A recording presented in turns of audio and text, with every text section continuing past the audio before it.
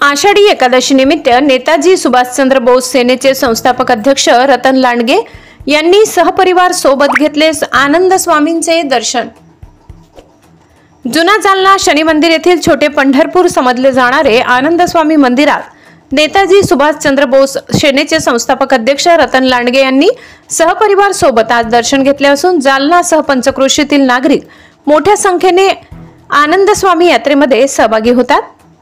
अनेक नागरिक हे पंढरपूर या ठिकाणी दर्शनासाठी जाऊ शकत नाही, त्यामुळे अनेक जण छोटा पंढरपूर समजला जाणाऱ्या या आनंद स्वामी यात्रेमध्ये सहभागी होतात।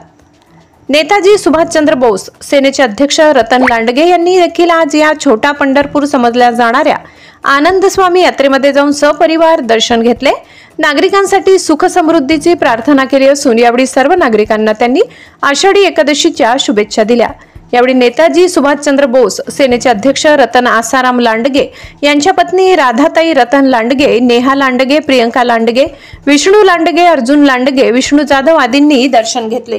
जय हिंद सर, मी नेताजी सुभाषचंद्र बोस संस्थापक अध्यक्ष रतन आसाराम लांडगे।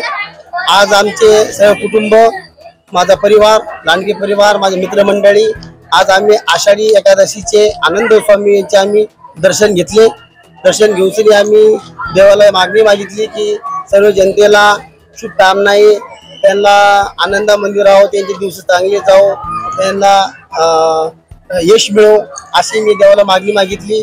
आणि मागणी मागून आम्ही आनंद स्वामीचे शनी मंदिरचे इथं दर्शन केले।